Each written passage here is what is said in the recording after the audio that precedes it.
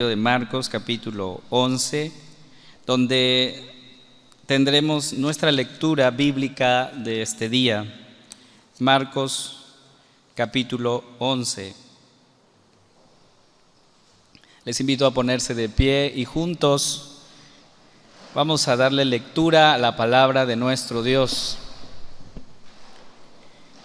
Unidos, dice así la palabra del Señor: cuando se acercaban a Jerusalén, junto a Betfagé y a Betania, frente al monte de los olivos, Jesús envió 2 de sus discípulos y les dijo: id a la aldea que está enfrente de vosotros, y luego que entréis en ella, hallaréis un pollino atado, en el cual ningún hombre ha montado. Desatadlo y traedlo. Y si alguien os dijere: ¿por qué hacéis eso?, decid que el Señor lo necesita y que luego lo devolverá. Fueron y hallaron el pollino atado afuera a la puerta, en el recodo del camino, y lo desataron. Y unos de los que estaban allí les dijeron: ¿qué hacéis desatando el pollino? Ellos entonces le dijeron como Jesús había mandado, y los dejaron. Y trajeron el pollino a Jesús y echaron sobre él sus mantos, y se sentó sobre él. También muchos tendían sus mantos por el camino, y otros cortaban ramas de los árboles y las tendían por el camino. Y los que iban delante y los que iban detrás daban voces diciendo: Hosana, bendito el que viene en el nombre del Señor, bendito el reino de nuestro padre David que viene, Hosana en las alturas. Y entró Jesús en Jerusalén y en el templo, y habiendo mirado alrededor todas las cosas, como ya anochecía, se fue a Betania con los 12. Vamos a orar. Amado Señor, disponemos nuestro corazón en este momento a escuchar tu palabra. Aplica, Señor, este evangelio en nuestras vidas y que podamos salir de este lugar edificados. En el nombre de Jesús oramos. Amén. Pueden sentarse, amados hermanos. Hemos leído el pasaje de Marcos y me llama la atención que Marcos inicia este evangelio en el capítulo 1 diciendo: principio del evangelio de Jesucristo, Hijo de Dios. Así comienza este evangelio. Pero cuando tú lees el evangelio te das cuenta que precisamente eso es verdad. Este es el evangelio de Cristo y esto es lo que anuncia Marcos. Marcos presenta el evangelio de Cristo no simplemente como una verdad teológica, sino como poder de Dios. De eso habla Marcos. Y eso es el evangelio. El evangelio, amados hermanos, es poder de Dios. Así lo han anunciado, así se ha anunciado y así lo predicamos. El evangelio es poder de Dios. De hecho, en Marcos capítulo 12, versículo 24, Marcos nos habla de este poder y dice: entonces, respondiendo Jesús les dijo: ¿no erráis por esto, porque ignoráis las Escrituras y el poder de Dios? El mismo Jesús está diciendo que este evangelio es poder de Dios. Y obviamente el apóstol Pablo nos habla de este poderoso evangelio en Romanos 1:16, un pasaje que más de una vez lo hemos escuchado. Dice: porque no me avergüenzo del evangelio, porque es poder de Dios para salvación a todo aquel que cree, al judío primeramente y también al griego. El apóstol Pablo está diciendo que el evangelio del Señor es poder. Y Marcos nos presenta cómo este evangelio poderoso actúa en nuestra vida, en la vida de las personas. Dice el capítulo 1, 27. Y todos se asombraron, de tal manera que discutían entre sí, diciendo: ¿qué es esto? ¿Qué nueva doctrina es esta que con autoridad manda aún a los espíritus inmundos y le obedecen? Las personas estaban asombradas del poder de Cristo, de su evangelio. Hermanos, este es el evangelio de Jesucristo. Es un evangelio poderoso, un evangelio que transforma y cambia las vidas. En los versículos que hoy estamos estudiando, vemos la expresión de este evangelio poderoso. Y 2 cosas nos llevan entonces a adorar Dos cosas nos llevan a glorificar el nombre de nuestro Cristo Rey, por lo menos en estos versículos que hemos leído. Primero, reconocer su majestad, la majestad del Señor. Y segundo, que la palabra de Cristo, la palabra del Señor es fiel y es verdadera. Dos cosas importantes quiero que juntos meditemos en este pasaje que hoy hemos leído. Vamos a hablar de la majestad de Cristo y vamos a hablar de su palabra fiel y verdadera. Su majestad. Leemos en el relato cómo Marcos nos dice que Jesús envió dos de sus discípulos y les dio instrucciones precisas. Jesús les dice en el versículo 2, y les dijo: id a la aldea que está enfrente de vosotros, y luego que entréis en ella, hallaréis un pollino atado, en el cual ningún hombre ha montado. Desatadlo y traedlo. O sea, las instrucciones son precisas. Y yo quiero que prestes atención en esto, porque lo que Jesús está diciendo es: hallaréis un pollino atado. Es lo que el Señor dice. Ahora, Jesús no está diciendo: vayan a buscar un pollino, posiblemente lo encuentren. No, Él no está diciendo esto. Él dice: cuando lleguen a la aldea, ustedes encontrarán un pollino atado. ¿Eso qué significa, hermanos? Podríamos hablar de varios temas, quiero mencionar algunos nada más. A esto le llamaríamos la omnipresencia del Señor. Y yo quiero que notemos algo. Nosotros, por ejemplo, estamos restringidos por el espacio, por el tiempo, pero dentro de nuestras limitaciones podemos saber que la presencia de Dios está con nosotros. Así lo creemos. Nuestras circunstancias cambian, pero nosotros creemos y confiamos que el Señor está cerca de nosotros siempre.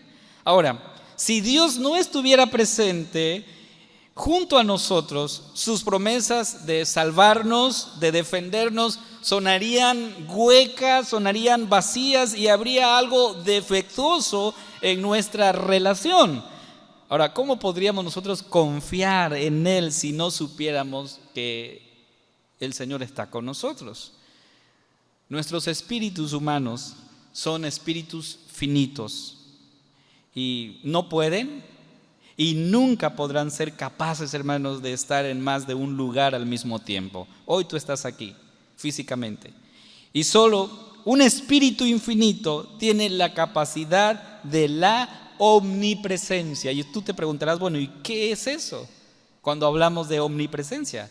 Bueno, cuando nosotros hablamos de omnipresencia queremos decir que el Señor, que su presencia está en todo lugar. ¿Sí? Es decir, no hay ningún lugar donde Dios no esté. No hay, no lo hay. Sin embargo, la omnipresencia de Dios no dice que Él está plenamente en un lugar mientras nosotros estamos en otro lugar. O que Dios está aquí nada más, pero no está allá en México o en Rusia o en China. Cuando nosotros hablamos de la omnipresencia de Dios, lo que queremos decir es que Dios está plenamente hoy aquí en esta iglesia, pero también está plenamente en México, en China, en Rusia y en cualquier lugar. Dios es completamente uno, como dice la palabra. Por eso, hoy estamos adorando a este gran Dios. Y aquí es donde el Señor está plenamente. Escuche lo que dice el Salmo 139, hablando acerca de la presencia de Dios. Dice: ¿A dónde me iré de tu espíritu? ¿Y a dónde huiré de tu presencia? Si subiere a los cielos, allí estás tú. Y si en el Seol hiciere mi estrado, he aquí, allí tú estás. Si tomare las alas del alba y habitare en el extremo del mar, aún allí me guiará tu mano y me asirá tu diestra. Si dijere, ciertamente las tinieblas me encubrirán, aún la noche resplandecerá alrededor de mí. Aún las tinieblas no me encubren de ti. Y la noche resplandece como el día, lo mismo te son las tinieblas que la luz. El Señor está presente en todo lugar. Y entonces encontramos un hecho similar, hermanos, en Juan 1, 47 y 48, que dice: cuando Jesús vio a Natanael que se le acercaba, dijo de él: he aquí un verdadero israelita, en quien no hay engaño. Entonces le dijo Natanael: ¿de dónde me conoces? Respondiendo Jesús le dijo: antes que Felipe te llamara, cuando estabas debajo de la higuera, dijo Jesús, te vi. ¿Qué le dijo Jesús a Natanael? Antes que Felipe te llamara, cuando estabas debajo de esa higuera, yo te había visto. Entonces, dos cosas podemos puntualizar aquí, hermanos. Jesús todo lo sabe, Jesús todo lo ve. Entonces, cuando Jesús envía a estos dos discípulos, Él vio al pollino atado. Lo hemos dicho aquí, amados hermanos, que estamos frente a la presencia de Dios 24/7, frente al que todo lo ve. Él ve todo. Eso significa que tú no te puedes ocultar de su presencia. Él te está viendo ahora mismo. Por lo tanto, en esta primera parte podemos ver en Jesús su omnipresencia. Él está presente en todas partes al mismo tiempo. Pero también podemos ver su omnisciencia. ¿Qué es esto? ¿Qué es la omnisciencia de Dios? Bueno, el hecho de que Él conoce todo, Él lo sabe todo. No existe cosa creada que no sea manifiesta en su presencia. Dice Hebreos 4:13, y no hay cosa creada que no sea manifiesta en su presencia. Antes bien, todas las cosas están desnudas y abiertas a los ojos de aquel a quien tenemos que dar cuenta. El Señor conoce todo de ti. Dios es omnisciente, lo conoce todo. Todo lo posible, todo lo real, todos los acontecimientos, todas las criaturas del pasado, presente y futuras, el Señor sabe todo. Él conoce perfectamente cada detalle de nuestras vidas. Te conoce a ti. Hermanos, nada, absolutamente nada escapa a su atención. Nada puede serle escondido. No hay nada que el Señor pueda olvidar. Dice entonces el versículo 3 de este pasaje, el Señor Jesús diciendo: y si alguien os dijere, ¿por qué hacéis eso? Decid, el Señor lo necesita y que luego lo devolverá. O sea, el Señor le da instrucciones precisas a sus discípulos y le dice: si alguien pregunta, ustedes van a responder, el Señor lo necesita. Jesús sabía que eso iba a pasar. Jesús conocía que eso iba a suceder. Por eso en el versículo 5 Él dice: y unos de los que estaban allí les dijeron, ¿qué hacéis desatando el pollino? Jesús tenía conocimiento de eso, sabía que iba a pasar. Lucas nos dice que los que preguntaron fueron los dueños del pollino. Dice Lucas 19:33. Y cuando desataban el pollino, sus dueños le dijeron: ¿por qué desatáis el pollino? Jesús sabía que eso iba a suceder. Entonces, hermanos, estamos frente a Cristo, quien todo lo ve y todo lo conoce. Eso es hablar de la majestad, de la gloria de Cristo. Él conoce y sabe todo de nosotros. Por lo tanto, el día de hoy somos llamados a cantar de la majestad, de la grandeza de nuestro Dios. Él está presente aquí hoy con nosotros. Él conoce tu pasado, conoce tu presente y conoce tu futuro. Y lo más hermoso es de todo esto que estamos diciendo es que tu vida y mi vida están en las manos de este Dios todopoderoso.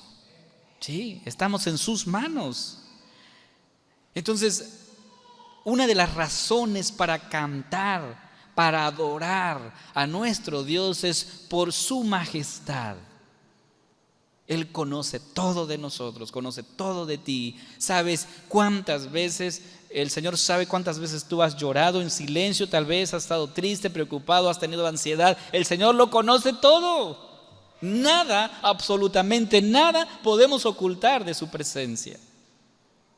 El segundo motivo por el cual somos llamados, y es otra de las razones por el cual nosotros adoramos, glorificamos el nombre del Señor, es por su palabra. Su palabra es verdad.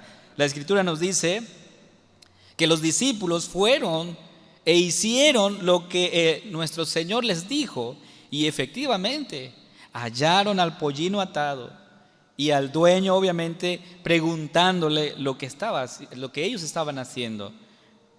¿Cuál fue la respuesta de los discípulos a la pregunta de los dueños? Versículo 6. Ellos le dijeron como Jesús les había mandado, y entonces lo dejaron. No hubo resistencia. ¿Qué aprendemos de esto, hermanos? Que la palabra de Cristo es verdad. Que todo lo que el Señor ha dicho se cumple, tal como Él lo ha dicho. Que no hay mentira en Él. Todo lo que Él ha dicho es verdad, amados hermanos. Por eso, el libro de Apocalipsis nos habla de Cristo de la siguiente manera. Apocalipsis 19:11. Entonces vi el cielo abierto, y he aquí un caballo blanco, y el que lo montaba se llamaba, dice el texto, fiel y verdadero, y con justicia juzga y pelea. El Señor, su palabra es fiel, es verdad. Ahora, cuando traen el pollino ante Jesús, el Evangelio nos dice que pusieron sus mantos y que Jesús se sentó, y sigue diciendo Marcos aquí, también muchos tendían sus mantos por el camino, y otros cortaban ramas de los árboles y las tendían por el camino. Y los que iban delante y los que iban detrás daban voces diciendo: Hosana, bendito el que viene en el nombre del Señor, bendito el reino de nuestro padre David que viene, hosana en las alturas. Ahora yo quiero que veas este relato como una promesa cumplida, porque esto que ellos están cantando aquí se había profetizado muchos años atrás. Dice Zacarías 9:9: alégrate mucho, hija de Sión, da voces de júbilo, hija de Jerusalén. He aquí, tu rey vendrá a ti, justo y salvador, humilde y cabalgando sobre un asno, sobre un pollino, hijo de asno. ¿Te das cuenta? Zacarías dijo esta profecía muchos años atrás. Y esto es una evidencia de que la palabra de Dios se cumple, hermanos. Su palabra es verdad. El Evangelio de Mateo hace énfasis en esto. Marcos no nos da muchos detalles sobre esto, pero Mateo sí. Y él dice lo siguiente, Mateo 21, 4 y 5, dice: todo esto aconteció para que se cumpliese lo dicho por el profeta cuando dijo: decida la hija de Sión, he aquí tu rey viene a ti, manso y sentado sobre un asna, sobre un pollino, hijo de animal de carga. Mateo nos da más detalles y enfatiza que lo que está sucediendo aquí es en cumplimiento a las profecías. Hermanos, el canto que ellos entonaban, que la multitud entonaba, fue hosana, bendito el que viene en el nombre del Señor. Bueno, este término lo usamos como un término de exaltación, un término de alabanza, de adoración, y ciertamente se usó de esa manera en ese día que la gente están entonando este canto fuera de Jerusalén, cuando se acercaba a la ciudad. Pero la tradición antigua es que las ramas de palma no se llamaban ramas de palma, sino que se llamaban hosanas. Y la idea era que la hosana o la rama se usaba para señalar una gran victoria. O sea, esas palmas se llamaban hosanas, significaban hosanas. Y así, como un medio para celebrar esa victoria, la gente gritaba cuando los soldados llegaban después de una batalla y habían salido victoriosos. El pueblo salía a la puerta a recibir a los soldados y con palmas en sus manos, con esas hosanas, las movían en señal de victoria, en señal de que hemos ganado, hemos triunfado. Y el pueblo está así cuando Jesús va entrando. Y esto también nos está señalando algo, hermanos. Nos está señalando la victoria de Cristo que Él tendrá en la cruz. Y desde ese momento el pueblo está reconociendo que ese rey que viene a salvar, viene a liberar al pueblo oprimido. Y entonces todos entonan ese canto de victoria, amados hermanos. Aunque en viernes nosotros hemos escuchado sermones donde se nos habla de que el pueblo de repente cambia de parecer, y mientras aquí están entonando este canto, están levantando sus voces diciendo Hosana al que viene, y ahora después dicen crucifícale, ¿no? Pero lo que vemos aquí, hermanos, es que todo lo que el pueblo está haciendo es en cumplimiento a todo lo que de Él se dijo. Su palabra es verdad, y de eso nos habla Marcos, de una profecía que tuvo su cumplimiento en Cristo, de algo que se había dicho de Él y que Jesús lo cumplió.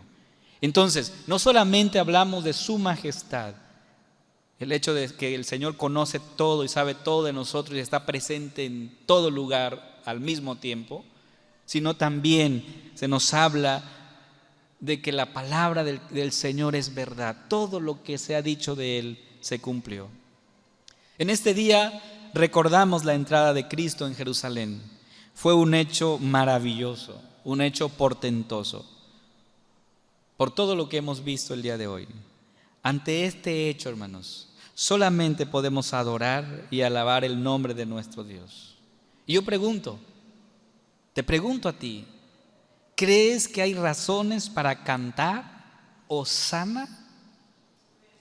Sí, lo hay, claro que sí. Pues Él es nuestro Salvador victorioso, hermanos. Él venció la muerte y Él nos ha dado la victoria. Si Dios no estuviera presente, si Dios no estuviera junto a ti, junto a mí, sus promesas de salvarnos, de defendernos, sonaría vacío, hueco.